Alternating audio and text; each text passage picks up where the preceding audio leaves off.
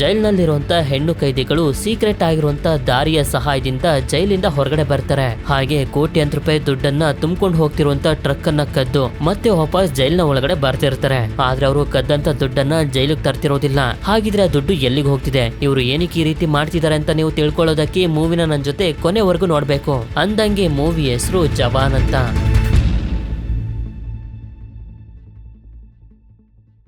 ಮೂವಿಯ ಮೊದಲ ಸೀನ್ನಲ್ಲಿ ಒಬ್ರು ತಾಯಿ ಹಾಗೆ ಅವರ ಮಗ ನದಿ ಹತ್ರ ಇರಬೇಕಾದ್ರೆ ಒಬ್ಬ ವ್ಯಕ್ತಿ ನೀರ್ನಲ್ಲಿ ತೇಲ್ಕೊಂಡು ಹೋಗ್ತಿರ್ತಾನೆ. ಆ ವ್ಯಕ್ತಿನ ಕುದುರೆ ಮೇಲೆ ಹಾಕೊಂಡು ಇವರ ಸುಂದರ ಹಳ್ಳಿಗೆ ಕರ್ಕೊಂಡ್ ಬರ್ತಾರೆ. ಇಲ್ಲಿರುವಂತ ವೈದ್ಯರು ಅವನ ಬುಲೆಟ್ ಅನ್ನ ತೆಗೆದು ಬಟ್ಟೆಗಳನ್ನ ಸುತ್ತಿ ತಿಂಗಳಾರು ಗಟ್ಲೆ ಟ್ರೀಟ್ಮೆಂಟ್ ಕೊಡೋದಕ್ಕೆ ಶುರು ಮಾಡ್ತಾರೆ. ಆದ್ರೆ ಒಂದು ದಿನ ಈ ಹಳ್ಳಿಲಿ ಹಬ್ಬ ಇರುತ್ತೆ. ಅದೇ ಸಮಯಕ್ಕೆ ಪಕ್ಕದ ದೇಶದ ಸೈನಿಕರು ಬಂದು ಹಳ್ಳಿಯ ಜನರ ಮೇಲೆ ಅಟ್ಯಾಕ್ ಮಾಡ್ತಾ ಹಿಂಸೆ ಕೊಡ್ತಿರ್ತಾರೆ. ಈ ಜಾಗನ ತಮ್ಮ ವಶಕ್ಕೆ ತಗೊಳ್ಬೇಕು ಅಂತ. ಆಗ್ಲೇ ಕಾಪಾಡದಂತ ತಾಯಿ ಹಾಗೆ ಮಗುನು ಕೂಡ ಒಬ್ಬ ಸೈನಿಕ ಸಾಯಿಸ್ಬೇಕು ಅಂತ ಅನ್ಕೊಳ್ಳೋಷ್ಟ್ರಲ್ಲಿ ಒಂದು ಈಟಿ ಬಂದು ಇವನಿಗೆ ಚುಚ್ಚುತ್ತೆ. ನೋಡಿದ್ರೆ ಟ್ರೀಟ್ಮೆಂಟ್ ಕೊಡ್ತಿದ್ದಂತೆ ವ್ಯಕ್ತಿಗೆ ಎಚ್ಚರ ಆಗೋಗಿರುತ್ತೆ. ನಂತರ ಇವನು ಫೈಟ್ ಮಾಡೋದಕ್ಕೆ ಶುರು ಮಾಡಿದಾಗ ಇವನ ಕೈ ಮೇಲಿರುವಂತ ಒಂದು ಟ್ಯಾಟೂನ ತೋರಿಸ್ತಾರೆ. ಹಾಗೆ ಇವನ ಮುಖಾನು ಕೂಡ ತೋರಿಸ್ತಾರೆ. ಇವನು ಎಲ್ಲರನ್ನು ಸಾಯಿಸಿ ಹಳ್ಳಿಯ ಜನರನ್ನೇನೋ ಕಾಪಾಡ್ದ. ಆದ್ರೆ ಇವನ್ ಯಾರು ಅನ್ನೋದು ಇವನ್ಗೆನೆ ನೆನ್ಪಿರೋದಿಲ್ಲ. ಅದಕ್ಕೆ ಆ ಸಣ್ಣ ಹುಡುಗ ನಾನ್ ದೊಡ್ಡವನಾದ್ಮೇಲೆ ನೀವ್ ಯಾರು ಅಂತ ಕಂಡು ಹಿಡ್ದೇ ಹಿಡಿತೀನಿ ಅಂತ ಮಾತು ಕೊಡ್ತಾನೆ. ನಂತರ ಸೀನ್ 30 ವರ್ಷಗಳ ಕಾಲ ಮುಂದಕ್ಕೆ ಬಂದಾಗ ಮುಂಬೈನ ಮೆಟ್ರೋ ಸ್ಟೇಷನ್ಗೆ ಕಲ್ಕಿ ಅನ್ನೊಬ್ಳು ಹುಡುಗಿ ಎತ್ಕೊಳ್ಳೋದನ್ನ ತೋರಿಸ್ತಾರೆ. ಹಾಗೆ ಜಾನ್ವಿ ಅನ್ನೋ ಮತ್ತೊಬ್ಳು ಹುಡುಗಿ ಎತ್ಕೋತಾಳೆ. ಇದಾದ್ಮೇಲೆ ಹೆಲೆನ್ ಅನ್ನೊಬ್ಳು ಹುಡುಗಿ ಟ್ರಾಫಿಕ್ ಸಿಸ್ಟಮ್ ಅನ್ನ ಹ್ಯಾಕ್ ಮಾಡಿ ಹತ್ರದಲ್ಲೇ ಇರುವಂತ ಒಂದು ರೋಡ್ ಅನ್ನ ಬ್ಲಾಕ್ ಮಾಡ್ಬಿಡ್ತಾಳೆ. ಇದೇ ರೋಡ್ ನಲ್ಲಿ ಆಲಿ ಅನ್ನೊಬ್ಳು ಹುಡುಗಿಗೆ ಎಕ್ಸಾಮ್ಗೆ ಟೈಮ್ ಆಗ್ತಿರುತ್ತೆ. ಅದಕ್ಕೆ ಇವಳು ಕೂಡ ಇದೇ ಮೆಟ್ರೋಗೆ ಬರ್ತಾಳೆ.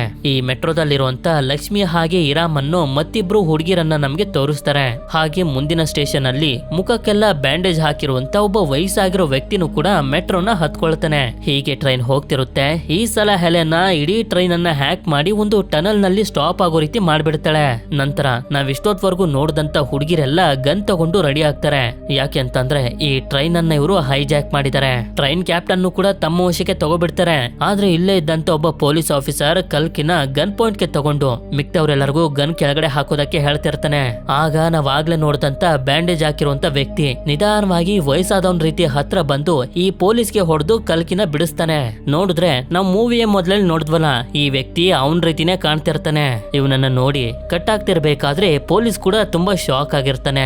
ಸರಿ ಅಂತ ಈ ಪೊಲೀಸ್ ತರ ಮತ್ಯಾರು ಕೂಡ ಈ ರೀತಿ ಮಾಡಬಾರ್ದು, ಇವರನ್ನ ಹೆದರ್ಸ್ಬೇಕು ಅಂತ ಬುರ್ಕಾ ಹಾಕಿರುವಂತ ಒಬ್ರು ಲೇಡಿಗೆ ಇವನು ಶೂಟ್ ಮಾಡಿ ಸಾಯಿಸ್ಬಿಡ್ತಾನೆ. ಎಲ್ಲರೂ ಹೆದರ್ಕೊಬಿಟ್ಟಿರ್ತಾರೆ. ಈ ವಿಷಯ ಕಂಟ್ರೋಲ್ ರೂಮ್ ನವರಿಗೆ ಗೊತ್ತಾಗಿ ನರ್ಮದಾ ಅನ್ನೋ ಒಬ್ರು ನೆಗೋಷಿಯೇಟರ್ ನ ಕರೆಸ್ತಾರೆ. ನೆಗೋಷಿಯೇಟರ್ ಅಂತಂದ್ರೆ ಹೈಜಾಕ್ ಆದಾಗ ಹೈಜಾಕ್ ಮಾಡಿರೋರ್ಗೆ ಏನ್ ಬೇಕೋ ಅದನ್ನ ಕೊಡಿಸಿ ಜನರನ್ನ ಸೇಫ್ ಮಾಡೋರು ಅಂತ. ನರ್ಮದಾ ಇವನನ್ನ ಕಾಂಟ್ಯಾಕ್ಟ್ ಮಾಡಿ ನಿಮ್ಗೆ ಏನ್ ಬೇಕು ಅಂತ ಕೇಳಿದಾಗ ಇವನು ಕೂಡ ಒಂದು ಸಾಂಗ್ ಅನ್ನ ಹಾಕೋದಕ್ಕೆ ಹೇಳಿ ಆ ಸಾಂಗ್ ಮುಗಿಯೋಷ್ಟ್ರಲ್ಲಿ ಅಗ್ರಿಕಲ್ಚರ್ ಮಿನಿಸ್ಟರ್ ನ ನಿಮ್ ಹತ್ರ ಕರ್ಸ್ಕೊಳ್ಳಿ, ನಾನ್ ಅವ್ರ ಜೊತೆ ಮಾತಾಡ್ಬೇಕು ಅಂತ. ಆ ಸಾಂಗ್ ಸ್ಟಾರ್ಟ್ ಆಗಿರುತ್ತೆ. ಈ ಕಡೆ ಅಗ್ರಿಕಲ್ಚರ್ ಮಿನಿಸ್ಟರ್ ಕೂಡ ಸಾಂಗ್ ಮುಗಿಯೋಷ್ಟ್ರಲ್ಲಿ ಕಂಟ್ರೋಲ್ ರೂಮ್ ಗೆ ಬೇಗ ಕರೆಸ್ಕೋತಾರೆ. ನಂತರ ಈ ಅಗ್ರಿಕಲ್ಚರ್ ಮಿನಿಸ್ಟರ್ ನಿಮ್ಗೆ ಏನ್ ಬೇಕು ಅಂತ ಇವನನ್ನ ಕಾಂಟ್ಯಾಕ್ಟ್ ಮಾಡಿ ಕೇಳಿದಾಗ ನಾನ್ ನಿಮ್ಗೆ ಒಂದೇ ಒಂದು ಕ್ವಶನ್ ಕೇಳ್ತೀನಿ, ಅದಕ್ಕೆ ಆನ್ಸರ್ ಮಾಡಿ ಅಂತ 10,281 ಅಂತ ನಂಬರ್ಸ್ ಗಳನ್ನ ಹೇಳ್ತಾನೆ. ಈ ಮಂತ್ರಿಗಂತೂ ಏನು ಅರ್ಥ ಆಗೋದಿಲ್ಲ. ಬಿಡ್ಸಿ ಹೇಳಿ ಅಂತ ಹೇಳಿದಾಗ ಇವನು ಹೇಳ್ತಾನೆ, ನೀನು ಮಿನಿಸ್ಟರ್ ಆದಾಗಿಂದನು 10,281 ರೈತರು ಆತ್ಮಹತ್ಯೆ ಮಾಡ್ಕೊಂಡು ಸತ್ತೋಗಿದ್ದಾರೆ. ಅವರ ಪ್ರಾಣಗಳನ್ನ ನೀನು ವಾಪಸ್ ಕೊಡೋದಕ್ಕಾಗುತ್ತಾ ಅಂತ, ಈ ತಪ್ಪನ್ನ ಸರಿ ಮಾಡ್ಕೊಳ್ಳೋದಕ್ಕೆ ಒಂದು ಚಾನ್ಸ್ ಅನ್ನ ಕೊಡ್ತೀರಾ ಅಂತ ಕೇಳ್ತಾನೆ. ಇವನು ಕೂಡ ಹೌದು ಕೊಡ್ತೀನಿ, ನನಗೆ 40,000 ಕೋಟಿ ದುಡ್ಡು ಬೇಕು, ಇಲ್ಲಂತಂದ್ರೆ ಟ್ರೈನ್ ನಲ್ಲಿರೋರ್ನೆಲ್ಲರನ್ನು ಸಾಯಿಸ್ಬಿಡ್ತೀನಿ ಅಂತಾನೆ. 40,000 ಕೋಟಿ ಸಡನ್ ಆಗಿ ಎಲ್ಲಿಂದ ಬರುತ್ತೆ ಅಂತ ಕೇಳ್ತಾನೆ. ಸದ್ಯದಲ್ಲೇ ನಿಮ್ಮನ್ನ ಒಬ್ಬ ದೊಡ್ಡ ಬಿಸ್ನೆಸ್ ಮ್ಯಾನ್ ಕಾಂಟ್ಯಾಕ್ಟ್ ಮಾಡ್ತಾನೆ, ರೆಡಿ ಆಗಿರು ಅಂತ ಹೇಳಿ ಆಲಿಯಾ ನಿನ್ ತಂದೆಗೆ ಕಾಲ್ ಮಾಡು ಅಂತ ಹೇಳ್ತಾನೆ.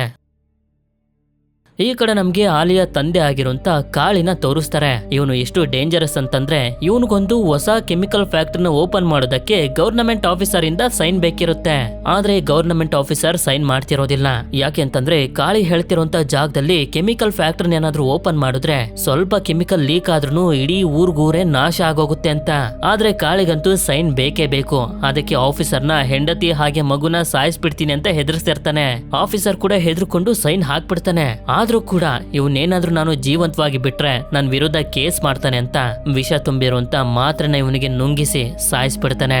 ನಂತರ ಇವನಿಗೆ ಇವನ ಮಗಳು ಹೈಜಾಕ್ ಆಗಿರುವಂತ ಟ್ರೈನ್ ನಲ್ಲಿ ಇದ್ದಾಳೆ. ಹಾಗೆ ಹೈಜಾಕ್ ಮಾಡಿರೋರು ದುಡ್ಡು ಕೇಳ್ತಿರುವಂತ ವಿಷಯ ಗೊತ್ತಾಗಿ 40,000 ಕೋಟಿ ಕೊಡೋದಕ್ಕೆ ಒಪ್ಕೊಳ್ತಾನೆ. ಆದ್ರೆ ಇದು ನರ್ಮದಾಗೆ ಮಾತ್ರ ಸ್ವಲ್ಪ ಇಷ್ಟ ಇರೋದಿಲ್ಲ. ಅವರನ್ನ ಹಿಡಿಬೇಕು ಅಂತ ಅನ್ಕೊಂಡಿದ್ದಾಳೆ. ಆದ್ರೆ ಕಾಳಿಗೆ ಅವನ ಮಗಳು ಮುಖ್ಯ ಆಗಿರೋದ್ರಿಂದ ದುಡ್ಡನ್ನ ಕೊಡ್ತಿರ್ತಾನೆ. ನಂತರ ನರ್ಮದಾ ಇವನನ್ನ ಕಾಂಟ್ಯಾಕ್ಟ್ ಮಾಡಿ ದುಡ್ಡು ರೆಡಿ ಆಗಿದೆ ಅಂತಂದಾಗ ಇವನು ಕೂಡ ಒಂದು ಅಕೌಂಟ್ ನಂಬರ್ ಅನ್ನ ಕೊಡ್ತಾನೆ. ಕಾಳಿ ದುಡ್ಡನ್ನ ಟ್ರಾನ್ಸ್ಫರ್ ಮಾಡೋದಕ್ಕೆ ರೆಡಿ ಆಗಿರ್ತಾನೆ. ಆದ್ರೆ ಇಲ್ಲಿ ಆಲಿಯಾ ಇವರೆಲ್ಲರಿಗೂ ಬೈದ್ ಬಿಡ್ತಾಳೆ. ನನ್ ತಂದೆನೇ ಹೆದರಿಸಿ ದುಡ್ಡನ್ನ ಕೇಳ್ತಿದ್ದೀರಾ, ನಿಮ್ಮಂತ ಕೆಟ್ಟ ಜನ ಇನ್ಯಾರು ಇಲ್ಲ ಅಂತ. ಆಗ ಇವನು ಹೇಳೋದಕ್ಕೆ ಶುರು ಮಾಡ್ತಾನೆ. ನಿನ್ ತಂದೆ ಗವರ್ನಮೆಂಟ್ ಇಂದ 40,000 ಕೋಟಿನ ಲೋನ್ ತಗೊಂಡಿದ್ದ. ಆದ್ರೆ ಗವರ್ನಮೆಂಟ್ ಅವರು ಆ ಸಾಲನ್ನೆಲ್ಲ ಮನ್ನಾ ಮಾಡ್ಬಿಟ್ರು. ಕಲ್ಕಿ ತಂದೆನೂ ಕೂಡ ಬರೀ 40,000 ದುಡ್ಡನ್ನ ಲೋನ್ ತಗೊಂಡಿದ್ರಷ್ಟೇ. ಅವ್ರ ತಂದೆ ಜೊತೆ ಏನಾಯ್ತು ಅಂತ ನಿನಗೆ ಗೊತ್ತಿದ್ಯಾ ಅಂತ ಹೇಳಿದಾಗ ಸೀನ್ ಇಲ್ಲಿಂದ ಫ್ಲಾಶ್ ಬ್ಯಾಕ್ ಬರುತ್ತೆ. ಕಾಳಿಯ ತಂದೆ ಒಬ್ರು ರೈತರಾಗಿದ್ರು. ತುಂಬಾ ಕಷ್ಟಪಟ್ಟು ಇವರ ಮಗಳನ್ನ ಓದಿಸ್ತಿರ್ತಾರೆ. ಆದ್ರೆ ಒಂದು ದಿನ ಲೋನ್ ಕೊಟ್ಟಿರುವಂತ ಬ್ಯಾಂಕ್ ನವರು ಬರ್ತಾರೆ ಬಡ್ಡಿ ಕೇಳೋದಕ್ಕೆ. ಇವರು ಕೂಡ ಬೆಳೆ ಸರಿಯಾಗಿ ಬಂದಿಲ್ಲ, ಸ್ವಲ್ಪ ಟೈಮ್ ಕೊಡ್ತೀನಿ ಅಂತ ಹೇಳ್ತಿರ್ತಾನೆ. ಇದನ್ನ ಕೇಳಿ ಒಬ್ಬ ಏಜೆಂಟ್ ಗೆ ಕೋಪ ಬಂದು ಚಪ್ಪಲಿ ತಗೊಂಡು ಹೊಡೆದ್ ಬಿಡ್ತಾನೆ. ಮಗಳು ಮುಂದೆ ಈ ರೀತಿ ಅವಮಾನ ಮಾಡ್ಬೇಡಿ ಅಂತ ಹೇಳಿದ್ರೆ ಈ ಏಜೆಂಟ್ ಇವನ ಲುಂಗಿನೇ ತೆಗೆದು ಎಲ್ಲರ ಮುಂದೆ ಅವಮಾನ ಮಾಡ್ಬಿಡ್ತಾನೆ. ಹೇಗೋ ಕಲ್ಕಿ ಹಾಗೆ ಅವಳ ತಾಯಿ ಇವಳ ತಂದೆನ ಕಾಪಾಡ್ಕೊಳ್ತಾರೆ. ಆದ್ರೆ ಬ್ಯಾಂಕ್ ನವರು ಲೋನ್ ಕೊಟ್ಟಿಲ್ಲ ಅಂತ ಇವರ ಟ್ರ್ಯಾಕ್ಟರ್ ನ ಎತ್ಕೊಂಡು ಹೊರಟೋಗ್ತಾರೆ. ಇದಾದ್ಮೇಲೆ ಇವಳ ತಂದೆ ನೀನೇನು ಇದ್ರ ಬಗ್ಗೆ ಯೋಚನೆ ಮಾಡೋದಕ್ಕೆ ಹೋಗ್ಬೇಡ, ಆರಾಮಾಗಿ ಕಾಲೇಜ್ಗೆ ಹೋಗ್ಬಾ ಅಂತ ಕಳಿಸ್ಕೊಡ್ತಾರೆ. ಆದ್ರೆ ಅವಳು ಹೋಗ್ತಿದ್ದಂಗೆನೆ ಅವಮಾನ ತಡೆಯೋದಕ್ಕಾಗದೆ ಮರಕ್ಕೆ ನೇಣು ಹಾಕೋಬಿಡ್ತಾರೆ. ಕಲ್ಕಿನೂ ಕೂಡ ಕಾಲೇಜನ್ನ ಮುಗಿಸ್ಕೊಂಡು ಮನೆಗ್ ಬಂದಾಗ ಇವಳ ತಂದೆ ಸ್ಥಿತಿಯನ್ನು ನೋಡಿ ಎದೆನೆ ಹೊಡೆದೋದಂಗ ಆಗೋಗುತ್ತೆ. ಇದಾದ್ಮೇಲೆ ಅಂತಿಮ ಸಂಸ್ಕಾರ ನಡೀತಿರ್ಬೇಕಾದ್ರೆ ಮತ್ತೆ ಬ್ಯಾಂಕ್ ನವರು ಬರ್ತಾರೆ ದುಡ್ಡನ್ನ ಕೇಳೋದಕ್ಕೆ ಅಂತ. ಈ ಸಲ ಏಜೆಂಟ್ ಕಲ್ಕಿಯ ತಾಯಿ ಮಾಂಗಲ್ಯ ಸರನ ಕಿತ್ಕೊಳ್ತಿದ್ದಂಗೆನೆ ಇವಳು ಗುದ್ಲಿಯಿಂದ ಹೊಡೆದು ಅವನನ್ನ ಸಾಯಿಸ್ಬಿಡ್ತಾಳೆ. ಪ್ರೆಸೆಂಟ್ ನಲ್ಲಿ ಕತೆ ಕೇಳದಂತ ಆಲಿಯಾ ಹಾಗೆ ಎಲ್ಲರ ಕಣ್ಣಲ್ಲೂ ನೀರಿರುತ್ತೆ. ಆಲಿಯಾ, ನಿನ್ ತಂದೆ ತಗೊಂಡಿದ್ದಂತ ಲೋನ್ ಅನ್ನ ಗವರ್ನಮೆಂಟ್ ಅವರು ಮನ್ನಾ ಮಾಡಿದ್ರಲ್ಲ, ಆ ದುಡ್ಡನ್ನ ಬ್ಯಾಂಕ್ ನವರು 1/2 ಸಾಮಾನ್ಯ ಜನರಿಂದ ವಸೂಲಿ ಮಾಡ್ತಿದ್ದಾರೆ. ಇದೇ ಕಾರಣದಿಂದ ನಿನ್ ತಂದೆ ಹತ್ರ ದುಡ್ಡಿಸ್ಕೊಂಡಿದ್ದು. ನಿನ್ ತಂದೆಗೆ ನನ್ನ ಹೆಸರು ಹೇಳ್ಬಿಡು ಅಂತ ಹೇಳ್ತಾನೆ. ಇಷ್ಟೊತ್ತಿಗೆ ದುಡ್ಡು ಟ್ರಾನ್ಸ್ಫರ್ ಆಗಿರುತ್ತೆ. ಆದ್ರೆ ಜನರು ಮಾತ್ರ ಇನ್ನೂ ಕೂಡ ಹೆದರ್ಕೊಂಡೇ ಇರ್ತಾರೆ. ಅದಕ್ಕೆ ಇವನು ಆಗ್ಲೇ ಶೂಟ್ ಮಾಡಿದ್ನಲ್ಲ ಆ ಲೇಡಿನೇ ಎದ್ದೊಳಿಸ್ತಾನೆ. ಹೇಳ್ಬೇಕು ಅಂತಂದ್ರೆ ಇವಳ ಹೆಸರು ಇಸ್ಕಾರ. ಇವಳು ಕೂಡ ಇವರ ಟೀಮ್ ನವಳೆ. ಜನರು ಇವ್ರು ಮಾಡ್ತಿರೋದ್ರಿಂದ ತುಂಬಾ ಸಂತೋಷ ಪಡ್ತಾರೆ. ಟ್ರೈನ್ ಕೂಡ ಮುಂದೆ ಹೋಗ್ತಿರುತ್ತೆ. ಇನ್ನೊಂದು ಕಡೆ ಮುಂದಿನ ಸ್ಟೇಷನ್ ಅಲ್ಲಿ ನೋಡಿದ್ರೆ ಸೋಲ್ಜರ್ಸ್ ಗಳು ಎಲ್ಲಾ ತಯಾರಿನೂ ಮಾಡ್ಕೊಂಡಿರ್ತಾರೆ. ನರ್ಮದಾ ಹೈಜಾಕರ್ಸ್ ಗಳನ್ನ ಹಿಡಿಲೇಬೇಕು ಅಂತ ಡಿಸೈಡ್ ಮಾಡ್ಬಿಟ್ಟಿದ್ದಾಳೆ. ಆದ್ರೆ ಟ್ರೈನ್ ಬಂದು ಸ್ಟಾಪ್ ಆದಾಗ ಒಳಗಡೆಯಿಂದ ಸ್ಮೋಕ್ ಬಾಂಬ್ ಗಳು ಹೊರಗಡೆ ಬರ್ತವೆ. ಆಗ ಹೊರಗಡೆ ಬರುವಂತ ಜನರು ನೋಡಿದ್ರೆ ಎಲ್ಲರೂ ಆ ವ್ಯಕ್ತಿ ರೀತಿನೇ ಮಾಸ್ಕ್ ಅನ್ನ ಹಾಕೊಂಡಿರ್ತಾರೆ. ಇದೇ ಸಮಯದಲ್ಲಿ ಟ್ರೈನ್ ನ ಒಳಗಡೆಯಿಂದ ಒಂದು ಗನ್ ಫೈರ್ ಆಗೋದಕ್ಕೆ ಶುರು ಆಗುತ್ತೆ. ಈ ಸಮಯನ ಉಪಯೋಗಿಸಿಕೊಂಡು ಹೈಜಾಕರ್ಸ್ ಗಳೆಲ್ಲ ಜನರ ಮಧ್ಯೆ ಎಸ್ಕೇಪ್ ಆಗೋಗ್ತಾರೆ. ಯಾವಾಗ ನರ್ಮದಾ ಹಾಗೆ ಇವಳ ಟೀಮ್ ನವರು ಹೈಜಾಕರ್ಸ್ ಗಳನ್ನ ಹಿಡಿಯೋದಕ್ಕೆ ಒಳಗಡೆ ಬರ್ತಾರೋ ಒಂದು ಆಟೋಮೆಟಿಕ್ ಗನ್ ಅನ್ನ ಇಲ್ಲಿ ಫಿಕ್ಸ್ ಮಾಡ್ಬಿಟ್ಟು ಎಲ್ಲರೂ ಎಸ್ಕೇಪ್ ಆಗೋಗಿರ್ತಾರೆ. ಅದಕ್ಕೆ ದುಡ್ಡನ್ನ ಟ್ರಾನ್ಸ್ಫರ್ ಮಾಡಿರುವಂತ ಅಕೌಂಟ್ ಅನ್ನ ಫ್ರೀಸ್ ಮಾಡೋದಕ್ಕೆ ನೋಡ್ತಾರೆ. ಆದ್ರೆ ಅಷ್ಟೊತ್ತಿಗೆ ಅಕೌಂಟ್ ಇಂದ ಬೇರೆ 7 ಲಕ್ಷ ಅಕೌಂಟ್ ಗಳಿಗೆ ಟ್ರಾನ್ಸ್ಫರ್ ಆಗೋಗಿರುತ್ತೆ. ಆಗ ನಮ್ಗೆ ತೋರಿಸ್ತಾರೆ ಆ 40,000 ಕೋಟಿನ ಹೈಜಾಕರ್ಸ್ ಗಳು ಇಟ್ಕೊಂಡಿರೋದಿಲ್ಲ. ಬದಲಾಗಿ ಇಂಡಿಯಾದಲ್ಲಿರೋ ಲೋನ್ ಅನ್ನ ಕಟ್ಟೋದಕ್ಕಾಗದೆ ತುಂಬಾ ಕಷ್ಟ ಪಡ್ತಿರೋಂತ ಬಡ ರೈತರ ಎಲ್ಲರ ಅಕೌಂಟ್ ಗಳಿಗೆ ಹೊಟ್ಟೋಗಿರುತ್ತೆ. ಹೇಳ್ಬೇಕು ಅಂತಂದ್ರೆ ಆ ಹೈಜಾಕರ್ಸ್ ಗಳ ಟೀಮ್ ಹೀರೋಗಳಾಗೋಗಿರ್ತಾರೆ. ಈ ಕಡೆ ಕಾಳಿ ಹೇಗಾದ್ರೂ ಮಾಡಿ ಆ ಹೈಜಾಕರ್ಸ್ ಗಳನ್ನ ನೀವು ಹಿಡಿಲೇಬೇಕು ಅಂತ ನರ್ಮದಾಗೆ ಹೇಳ್ತಾ ಇರ್ತಾನೆ. ಇನ್ನೊಂದು ಕಡೆ ನಮ್ಗೆ ಈ ಹೈಜಾಕರ್ಸ್ ಗಳ ಟೀಮ್ ಅನ್ನ ತೋರಿಸ್ತಾರೆ. ಈ ವ್ಯಕ್ತಿ ಬರೀ ವಯಸ್ಸಾಗಿರೋನ ರೀತಿ ವೇಷ ಹಾಕೊಂಡಿದ್ದ ಅಷ್ಟೇ. ಇವನು ಯಂಗ್ ಆಗಿ ಇರ್ತಾನೆ. ಹಾಗೆ ಇವನಿಗೆ ಸಹಾಯ ಮಾಡಿದಂತ ಹುಡುಗಿರು ಅಂಡರ್ ಗ್ರೌಂಡ್ ನಿಂದ ಒಂದು ದಾರಿಯ ಸಹಾಯದಿಂದ ಮೇಲ್ಗಡೆ ಇರುವಂತ ಜೈಲನ್ನ ಎಂಟರ್ ಆಗ್ತಾರೆ. ಅಂದ್ರೆ ಈ 6 ಜನ ಹುಡುಗಿರು ಜೈಲ್ ನಲ್ಲಿರುವಂತ ಕೈದಿಗಳು ಅಂತ. ಈ ಕಡೆ ಆಲಿಯಾ ಇವಳ ತಂದೆಗೆ ಹೇಳ್ತಾಳೆ ಹೈಜಾಕ್ ಮಾಡಿದಂತ ಆ ವ್ಯಕ್ತಿ ಹೆಸರು ವಿಕ್ರಮ್ ರಾಥೋರ್ ಅಂತ ಹೇಳೋದಕ್ಕೆ ಹೇಳ್ದ ಅಂತ. ಈ ಹೆಸರನ್ನ ಕೇಳಿ ಇವನ್ಗಂತೂ ತುಂಬಾನೇ ಶಾಕ್ ಆಗೋಗುತ್ತೆ. ನಂತರ ನಮ್ಗೆ ಗೊತ್ತಾಗುತ್ತೆ ಈ ಹುಡುಗಿರು ಇರೋದು ಮಹಿಳೆಯರ ಜೈಲ್. ಹಾಗೆ ಈ ಜೈಲ್ನ ಜೈಲರ್ ಆಗಿರುವಂತ ಆಜಾದ್ ಅನ್ನೋ ಒಬ್ಬ ಆಫೀಸರ್ ಬರ್ತಾನೆ. ಹೌದು, ಇವನೇ ಆಗ್ಲೇ ಹೈಜಾಕ್ ಮಾಡಿದ್ದು. ಇವನಿಗೆ ಅವಾರ್ಡ್ ಕೂಡ ಕೊಡ್ತಿರ್ತಾರೆ. ಯಾಕೆಂತಂದ್ರೆ ಇದು ತುಂಬಾ ಸ್ಪೆಷಲ್ ಆಗಿರುವಂತ ಜೈಲ್. ಇಲ್ಲಿರುವಂತ ಕೈದಿಗಳು ಗೌರ್ಮೆಂಟ್ ಸ್ಕೂಲ್ ನ ಮಕ್ಕಳುಗಳಿಗೆ ಯೂನಿಫಾರ್ಮ್ ಅನ್ನ ಹೊಲಿಯೋದು ಇನ್ನು ತುಂಬಾ ತರದ ಒಳ್ಳೊಳ್ಳೆ ಕೆಲಸಗಳನ್ನ ಮಾಡ್ತಿರ್ತಾರೆ. ಅಷ್ಟೇ ಅಲ್ಲದೆ ಆಜಾದ್ ಈ ಜೈಲ್ ನಲ್ಲಿರುವಂತ ಪ್ರತಿಯೊಂದು ಹೆಣ್ಮಕ್ಳನ್ನ ಇವನ ಅಕ್ಕ ತಂಗಿ ತಾಯಿಯ ರೀತಿ ನೋಡ್ತಿರ್ತಾನೆ. ಇದಕ್ಕೆ ಕಾರಣ ಏನು ಅಂತ ನಮ್ಗೆ ಮುಂದೆ ಗೊತ್ತಾಗುತ್ತೆ. ನಂತರ ಆಜಾದ್ ಆಜಾದ್ನ ತಾಯಿ ಇವನನ್ನ ಕರ್ಕೊಂಡು ಹುಡುಗಿ ನೋಡೋದಕ್ಕೆ ಅಂತ ಬರ್ತಾರೆ. ಇಲ್ಲಿ ನೋಡಿದ್ರೆ ಇವನ ಮುಂದೆ ಒಂದು ಸಣ್ಣ ಹುಡುಗಿ ಕುಂತಿದೆ. ಹೇಳಬೇಕು ಅಂತಂದ್ರೆ ಆಜಾದ್ ನೋಡೋದಕ್ಕೆ ಬಂದಿರುವಂತ ಹುಡುಗಿಯ ಮಗಳು ಇವಳು. ಹುಡುಗಿ ಕೆಲಸದಲ್ಲಿ ಬ್ಯುಸಿ ಆಗಿರೋದ್ರಿಂದ ಮಗಳು ಇವನನ್ನ ವಿಚಾರಿಸ್ತಿದ್ದಾಳೆ. ಅಂದಂಗೆ ಈ ಹುಡುಗಿ ಹೆಸರು ಸೂಜಿ ಅಂತ. ಸೂಜಿ ಹೇಳ್ತಾ ಹೋಗ್ತಾಳೆ, ನಾನು ನನಗೋಸ್ಕರ ಒಬ್ಬ ತಂದೆನ ಹುಡುಕ್ತಿದ್ದೀನಿ. ಯಾಕೆಂತಂದ್ರೆ ನನಗೆ ತಂದೆಯ ಬೆಟ್ಟದಷ್ಟು ಪ್ರೀತಿ ಬೇಕು. ಹಾಗೆ ತಂದೆ ನನ್ ಜೊತೆ ಇದಾರೆ ಅಂತಂದ್ರೆ ನಾನು ಯಾವ್ದಕ್ಕೂ ಹೆದರ್ಕೊಳ್ಬೇಕಾಗಿಲ್ಲ ಅಂತ.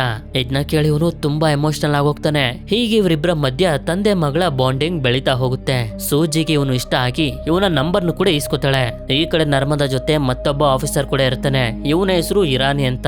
ನಂತರ ಸೂಜಿ ಆಜಾದ್ಗೆ ಕಾಲ್ ಮಾಡ್ತಾಳೆ. ನಾನು ಸ್ಕೂಲ್ ನಲ್ಲಿ ತುಂಬಾ ಸಬ್ಜೆಕ್ಟ್ ನಲ್ಲಿ ಫೇಲ್ ಆಗೋಗಿದ್ದೀನಿ. ಮಾರ್ಕ್ಸ್ ಕಾರ್ಡ್ ಗೆ ಸೈನ್ ಮಾಡೋದಕ್ಕೆ ಪೇರೆಂಟ್ಸ್ ನ ಬರೋದಕ್ಕೆ ಕೇಳ್ತಿದ್ದಾರೆ. ಈಗ ನೀನೇ ನನ್ನ ತಂದೆ ಆಗಿರೋದ್ರಿಂದ ಬಾ ಅಂತ. ಇವನು ಕೂಡ ಬಂದು ಮಾರ್ಕ್ಸ್ ಕಾರ್ಡ್ ಗೆ ಸೈನ್ ಮಾಡ್ತಾನೆ. ಇಬ್ರು ಕೂಡ ಸಂತೋಷವಾಗಿರ್ತಾರೆ. ಅದೇ ಸಮಯಕ್ಕೆ ಸೂಜಿ ತಾಯಿ ಬರ್ತಾರೆ. ನೋಡಿದ್ರೆ ಅವಳು ಬೇರೆ ಯಾರು ಅಲ್ಲ, ನರ್ಮದಾ. ಇವನಂತೂ ಶಾಕ್ ಆಗ್ಬಿಟ್ಟಿರ್ತಾನೆ. ಆಗ ಇವಳಿಗೆ ಗೊತ್ತಾಗುತ್ತೆ ಇವಳು ಮದ್ವೆ ಆಗ್ಬೇಕಾಗಿರುವಂತ ಹುಡುಗ ಇವನೇ ಅಂತ. ಅದಕ್ಕೆ ಇವಳು ಹೇಳ್ತಾ ಹೋಗ್ತಾಳೆ, ನಾನು ಓದಿದ್ದೆಲ್ಲ ಬೇರೆ ದೇಶದಲ್ಲಿ. ಆ ಸಮಯದಲ್ಲಿ ಒಬ್ಬ ಹುಡುಗನ ಪ್ರೀತಿ ಮಾಡ್ತಿದ್ದೆ. ಅವನ ಮಗು ನನ್ನ ಹೊಟ್ಟೆಲೆ ಬೆಳೀತಿತ್ತು. ಆದ್ರೆ ಅವನಿಗೆ ಮಗು ಇಷ್ಟ ಇರ್ಲಿಲ್ಲ.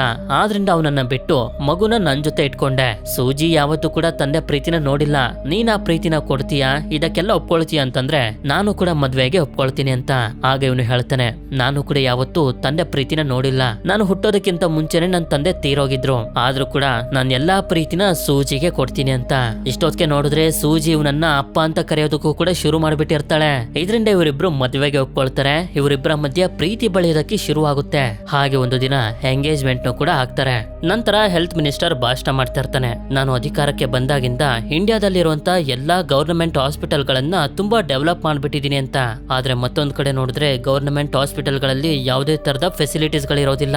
ಹೀಗೆ ಇವನು ಭಾಷಣ ಮಾಡ್ತಾ, ಈಗ ಯಾರಾದ್ರೂ ನನ್ಗೆ ಶೂಟ್ ಮಾಡಿದ್ರೆ ಡೈರೆಕ್ಟ್ ಆಗಿ ಕರ್ಕೊಂಡೋಗಿ ಗವರ್ನಮೆಂಟ್ ಹಾಸ್ಪಿಟಲ್ಗೆ ನನ್ನ ಸೇರಿಸಿ ಅಲ್ಲಿ ನನ್ನ ಪ್ರಾಣನ ಉಳಿಸಬಹುದು. ಅಷ್ಟು ಹಾಸ್ಪಿಟಲ್ ಗಳು ಚೆನ್ನಾಗಿದಾವೆ ಅಂತ. ಆಗ ದೂರದಲ್ಲಿರುವಂತ ಕಲ್ಕಿ ಇವನಿಗೆ ಶೂಟ್ ಮಾಡ್ಬಿಡ್ತಾಳೆ. ಆಗ ಇಲ್ಲಿಗೆ 2 ಆಂಬುಲೆನ್ಸ್ ಗಳು ಬರ್ತವೆ. ಒಂದ್ರಲ್ಲಿ ಮಿನಿಸ್ಟರ್ ನ ಹಾಕೊಂಡು ಪ್ರೈವೇಟ್ ಹಾಸ್ಪಿಟಲ್ ಗೆ ಬಂದ್ರೆ ಇಲ್ಲಿ ಮಿನಿಸ್ಟರೇ ಇರೋದಿಲ್ಲ. ಯಾಕೆಂತಂದ್ರೆ ಮತ್ತೊಂದು ಆಂಬ್ಯುಲೆನ್ಸ್ ನಲ್ಲಿ ಆಜಾದ್ ಹಾಗೆ ಅವನ ಟೀಮ್ ನವರು ಮಿನಿಸ್ಟರ್ ನ ಹಾಗೆ ಅವನ ಸೆಕ್ರೆಟರಿನ ಕರ್ಕೊಂಡು ಹರಿಪುರದಲ್ಲಿರುವಂತ ಗವರ್ನಮೆಂಟ್ ಹಾಸ್ಪಿಟಲ್ ಗೆ ಬರ್ತಾರೆ. ಈ ಹಾಸ್ಪಿಟಲ್ ನೋಡಿದ್ರೆ ಬೂತ್ ಬಂಗ್ಲೆ ತರ ಇರುತ್ತೆ. ಮೊದಲು ಆ ಸೆಕ್ರೆಟರಿ ಬಾಯನ್ನ ಮುಚ್ಚಿಸಿ ಅದಾದ್ಮೇಲೆ ಹಾಸ್ಪಿಟಲ್ ನ ಸುತ್ತ ಇವರ ಸೇಫ್ಟಿಗೆ ಅಂತ ಬಾಂಬ್ ಗಳನ್ನ ಫಿಟ್ ಮಾಡ್ತಾರೆ. ನಂತರ ಆಜಾದ್ ಲೈವ್ ಗೆ ಬರ್ತಾನೆ. ಇವನ ಮುಖ ಎಲ್ಲ ಬ್ಲರ್ ಆಗಿರುತ್ತೆ. ಹಾಗೆ ಹೇಳೋದಕ್ಕೆ ಶುರು ಮಾಡ್ತಾನೆ, ನನ್ನ ಹೆಸರು ವಿಕ್ರಮ್ ರಾಥೋರ್. ಇವತ್ ನಾವು ಹೆಲ್ತ್ ಮಿನಿಸ್ಟರ್ ನ ಅವರೇ ಡೆವಲಪ್ ಮಾಡಿರುವಂತ ಗವರ್ನಮೆಂಟ್ ಹಾಸ್ಪಿಟಲ್ ಗೆ ಕರ್ಕೊಂಡ್ ಬಂದಿದೀವಿ. ಅವರ ಪ್ರಾಣ ಉಳಿಯುತ್ತೋ ಇಲ್ವೋ ಅಂತ ಚೆಕ್ ಮಾಡೋದಕ್ಕೆ ಅಂತ. ಆದ್ರೆ ಇಲ್ಲಿರುವಂತ ಡಾಕ್ಟರ್ ಮಾತ್ರ ಇಲ್ಲಿ ಯಾವುದೇ ತರದ ಫೆಸಿಲಿಟೀಸ್ ಇಲ್ಲ. ಆಪರೇಷನ್ ಮಾಡೋದಕ್ಕೆ ಏನೇನ್ ಬೇಕೋ ಅದನ್ನೆಲ್ಲ ಗವರ್ನಮೆಂಟ್ಗೆ ರಿಕ್ವೆಸ್ಟ್ ಮಾಡ್ಕೋತಾನೆ. ನಂತರ ಮತ್ತೊಂದ್ಸಲ ನರ್ಮದೇವನನ್ನ ಕಾಂಟ್ಯಾಕ್ಟ್ ಮಾಡಿ ಈ ಸಲ ಏನ್ ಬೇಕು ಅಂತ ಕೇಳ್ತಾಳೆ. ಆಗ ಇವನು 3 ವರ್ಷದ ಹಿಂದೆ ಈ ಜಾಗದಲ್ಲಿದ್ದಂತ ಹೆಲ್ತ್ ಸೆಕ್ರೆಟರಿ ಆಗಿದ್ದಂತ ಜಾರ್ಜ್ ಒಂದು ಸತ್ಯನ ಮುಚ್ಚಾಕಿದ್ದಾನೆ. ಆ ಸತ್ಯ ಹೊರಗಡೆ ಬಂದ್ರೆ ಮಾತ್ರ ಮಿನಿಸ್ಟರ್ ಉಳಿಯೋದು ಅಂತ ಹೇಳ್ತಿರ್ತಾನೆ. ಇದರಿಂದ ಕಾಳಿ ಆ ಜಾರ್ಜ್ ನ ಕಾಂಟ್ಯಾಕ್ಟ್ ಮಾಡಿ ಅದೇನ್ ಸತ್ಯನ ಒಪ್ಕೋ, ಇಲ್ಲಾಂದ್ರೆ ಸಾಯಿಸ್ಬಿಡ್ತೀನಿ ಅಂತಾನೆ. ಯಾಕೆ ಅಂತಂದ್ರೆ ಆ ಮಿನಿಸ್ಟರ್ ಇವನ ಬಾಮೈದ. ಇದರಿಂದ ಈ ಜಾರ್ಜ್ ಲೈವ್ ಗೆ ಬಂದು ಹೇಳೋದಕ್ಕೆ ಶುರು ಮಾಡ್ತಾನೆ. 3 ವರ್ಷದ ಹಿಂದೆ ಹರಿಪುರ್ ಹಾಸ್ಪಿಟಲ್ ನಲ್ಲಿ ತುಂಬಾ ಜನ ಮಕ್ಕಳು ಒಂದು ವೈರಸ್ ಇನ್ಫೆಕ್ಟ್ ಆಗಿ ಅಡ್ಮಿಟ್ ಆಗ್ತಿದ್ರು. ಆಗ ಸಮಯದಲ್ಲಿ ಡಾಕ್ಟರ್ ಆಗಿದ್ದು ಆಜಾದ್ ನ ಟೀಮ್ ನಲ್ಲಿರುವಂತ ಈರಮ್. ಇವಳು ತುಂಬಾ ಕಷ್ಟಪಟ್ಟು ಟ್ರೀಟ್ಮೆಂಟ್ ಕೊಡೋದಕ್ಕೆ ನೋಡ್ತಿರ್ತಾಳೆ. ಆದ್ರೆ ಆಕ್ಸಿಜನ್ ಸಿಲಿಂಡರ್ ಗಳು ಶಾರ್ಟೇಜ್ ಆಗ್ತಿರ್ತವೆ. ಇದರಿಂದ ಹೆಲ್ತ್ ಸೆಕ್ರೆಟರಿ ಆಗಿದ್ದಂತ ಜಾರ್ಜ್ ಗೆ ಕಾಲ್ ಮಾಡ್ತಾಳೆ. ಆದ್ರೆ ಇವನ್ ಮಾತ್ರ ನನಗಿನ್ನ ಪರ್ಮಿಷನ್ ಸಿಕ್ಕಿಲ್ಲ. ಪರ್ಮಿಷನ್ ಸಿಕ್ಕಿದ ತಕ್ಷಣ ಕಳಿಸ್ಕೊಡ್ತೀನಿ ಅಂತ ಇರ್ತಾನೆ. ಹೇಳ್ಬೇಕು ಅಂತಂದ್ರೆ ಆಕ್ಸಿಜನ್ ಸಿಲಿಂಡರ್ ಗಳನ್ನ ಕಳಿಸ್ಕೊಡೋದಕ್ಕೆ ಇವನಿಗೆ ಕಮಿಷನ್ ಕೊಡ್ಬೇಕು. ಆ ಕಮಿಷನ್ ಇನ್ನ ಇವನಿಗೆ ಸಿಕ್ಕಿರೋದಿಲ್ಲ. ಆದ್ರಿಂದ ಇವನು ಕಳಿಸೋದಕ್ಕೆ ಒಪ್ಕೊಳ್ತಿರೋದಿಲ್ಲ. ಇದರಿಂದ ಈರಮ್ ಎಮರ್ಜೆನ್ಸಿಗೆ ಯೂಸ್ ಮಾಡುವಂತ ಆಕ್ಸಿಜನ್ ಪಂಪ್ ಅನ್ನು ಯೂಸ್ ಮಾಡಿಕೊಂಡು ಟ್ರೀಟ್ಮೆಂಟ್ ಕೊಡೋದಕ್ಕೆ ನೋಡ್ತಾಳೆ. ಆದ್ರೆ ಸಾಧ್ಯ ಆಗೋದಿಲ್ಲ. ಎಲ್ಲಾ ಮಕ್ಕಳು ಸತ್ತೋಗ್ತಾರೆ. ಆದ್ರೆ ಇದನ್ನೆಲ್ಲ ಈರಮ್ ಮೇಲೆ ಹಾಕ್ಬಿಡ್ತಾರೆ. ಇವಳು ಮಾದಕ ವಸ್ತುನ ತಗೊಂಡು ಟ್ರೀಟ್ಮೆಂಟ್ ಕೊಡ್ತಿದ್ಲು, ಅದಕ್ಕೆ ಎಲ್ಲಾ ಮಕ್ಕಳು ಸತ್ತೋದ್ರು ಅಂತ. ಇದರಿಂದ ಇವಳಿಗೆ ಚೆನ್ನಾಗಿ ಅವಮಾನ ಮಾಡಿ ಜೈಲಿಗೆ ಹಾಕ್ತಾರೆ.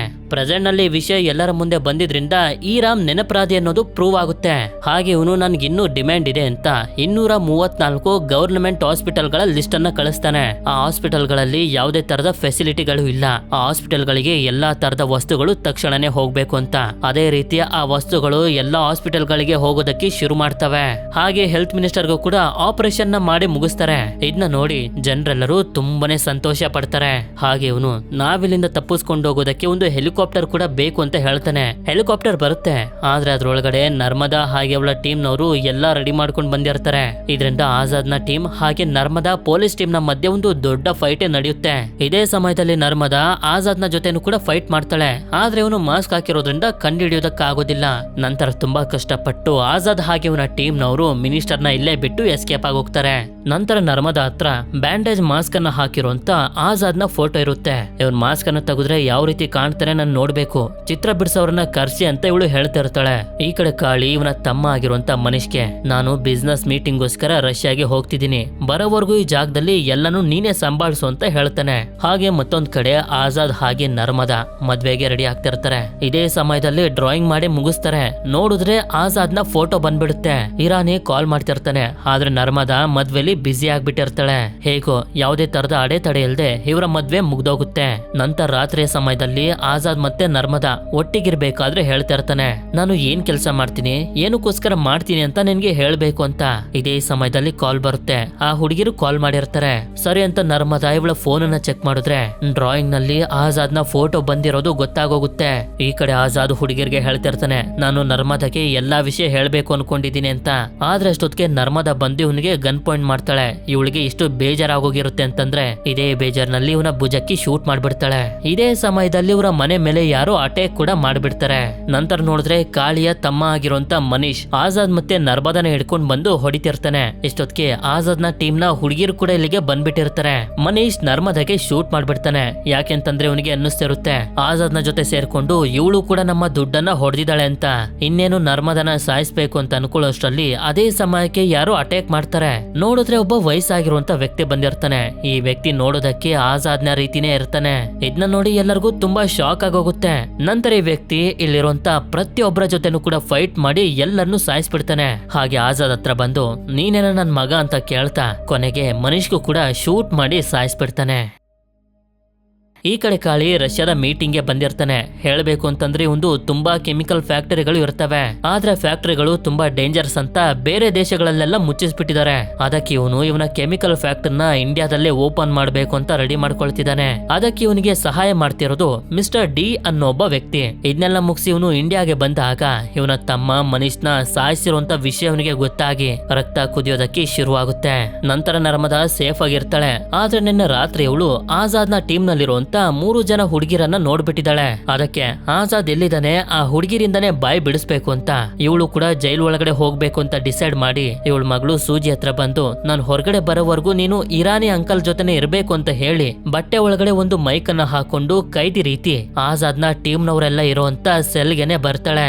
ಇಲ್ಲಿ ಇವಳು ಆಜಾದ್ ನ ಟೀಮ್ ನವರೆಲ್ಲರಿಗೂ ಬೈತಿರ್ತಾಳೆ, ಅವನ್ನ ನಂಬಿ ದೊಡ್ಡ ತಪ್ಪು ಮಾಡ್ದೆ ಅಂತ. ಆಗ ಲಕ್ಷ್ಮಿ ಅವರನ್ನ ಬಯೋದಕ್ಕಿಂತ ಮುಂಚೆ ಏನಕ್ಕೆ ಅವರು ಆ ರೀತಿ ಮಾಡಿದ್ರು ಅಂತ ತಿಳ್ಕೊ ಅಂತ ಕತೆ ಹೇಳ್ತಾ ಹೋಗ್ತಾಳೆ. ಆಗ ಸೀನ್ 1986ಕ್ಕೆ ಬರುತ್ತೆ. ಇಲ್ಲಿ ನಮ್ಗೆ ಕುಸ್ತಿ ಆಡ್ತಿರೋ ಆಜಾದ್ ನ ತಂದೆ ಆಗಿರುವಂತ ವಿಕ್ರಮ್ ರಾತ್ ಅವ್ರನ್ನ ತೋರಿಸ್ತಾರೆ. ಅಷ್ಟೇ ಅಲ್ಲದೆ ಆಜಾದ್ ನ ತಾಯಿ ಆಗಿರುವಂತ ಐಶ್ವರ್ಯ ಕೂಡ ಇಲ್ಲೇ ಇರ್ತಾಳೆ. ಇವರಿಬ್ರು ತುಂಬಾನೇ ಪ್ರೀತಿ ಮಾಡ್ತಿರ್ತಾರೆ. ಹೇಳ್ಬೇಕು ಅಂತಂದ್ರೆ ವಿಕ್ರಮ್ ಒಬ್ಬ ಸೋಲ್ಜರ್. ನಂತರ ಮಿಲಿಟರಿ ಅವರು ಇವನಿಗೆ ಹೇಳ್ತಿರ್ತಾರೆ ಪಾಕಿಸ್ತಾನದ ಆತಂಕವಾದಿಗಳು ಇಂಡಿಯಾದ ಒಂದಷ್ಟು ಜನರನ್ನ ಬಂದಿ ಮಾಡಿ ಇಟ್ಕೊಂಡಿದ್ದಾರೆ, ಅವರನ್ನ ಕರ್ಕೊಂಡ್ ಬರೋದಕ್ಕೆ ಒಂದು ಮಿಲಿಟರಿ ಟೀಮ್ ಅನ್ನ ಕಳಿಸಿದ್ವಿ. ಆದ್ರೆ ಆ ಮಿಲಿಟರಿ ಟೀಮ್ ಅವರೆಲ್ಲ ಈಗ ಸತ್ತೋಗಿದ್ದಾರೆ. ಆದ್ರಿಂದ ಈಗ ವಿಕ್ರಮ್ ಹಾಗೆ ಇವನ ಸ್ಪೆಷಲ್ ಫೋರ್ಸ್ ಅನ್ನ ಆ ಜನರನ್ನ ಕಾಪಾಡ್ಕೊಂಡು ಕರ್ಕೊಂಡ್ ಬರೋದಕ್ಕೆ ಕಳಿಸ್ತಿದ್ದಾರೆ. ವಿಕ್ರಮ್ ಹಾಗೆ ಅವನ ಟೀಮ್ ನವರ ಕೈಯಲ್ಲಿ ಒಂದು ಸ್ಪೆಷಲ್ ಟ್ಯಾಟೂ ಇರುತ್ತೆ. ಇವನ ಟೀಮ್ ಅವರೆಲ್ಲ ಲೊಕೇಶನ್ ಗೆ ಬಂದು ಬಂದಿ ಮಾಡಿರುವಂತ ಜನರನ್ನ ಬಿಡಿಸೋದಕ್ಕೆ ಫೈಟ್ ಮಾಡ್ತಿರ್ತಾರೆ.